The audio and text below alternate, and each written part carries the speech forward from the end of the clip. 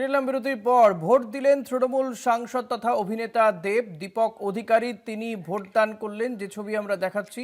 Vote দিলেন তৃণমূল সাংসদ দেব, অভিনেতা দেব। তিনি নিজের ভোটাধিকার প্রয়োগ করেছেন। তৃণমূল সাংসদ দেব তিনি নির্বাচনী প্রচারেও ব্যস্ত ছিলেন। স্টার ক্যাম্পেনার ছিলেন তৃণমূল কংগ্রেসের।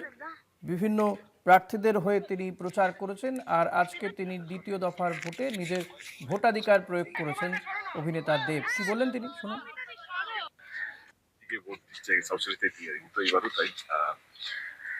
এটাই বলবো যে প্রত্যেকটা দল সবাই লড়াই করছে নিজের দলকে জেতানোর জন্য।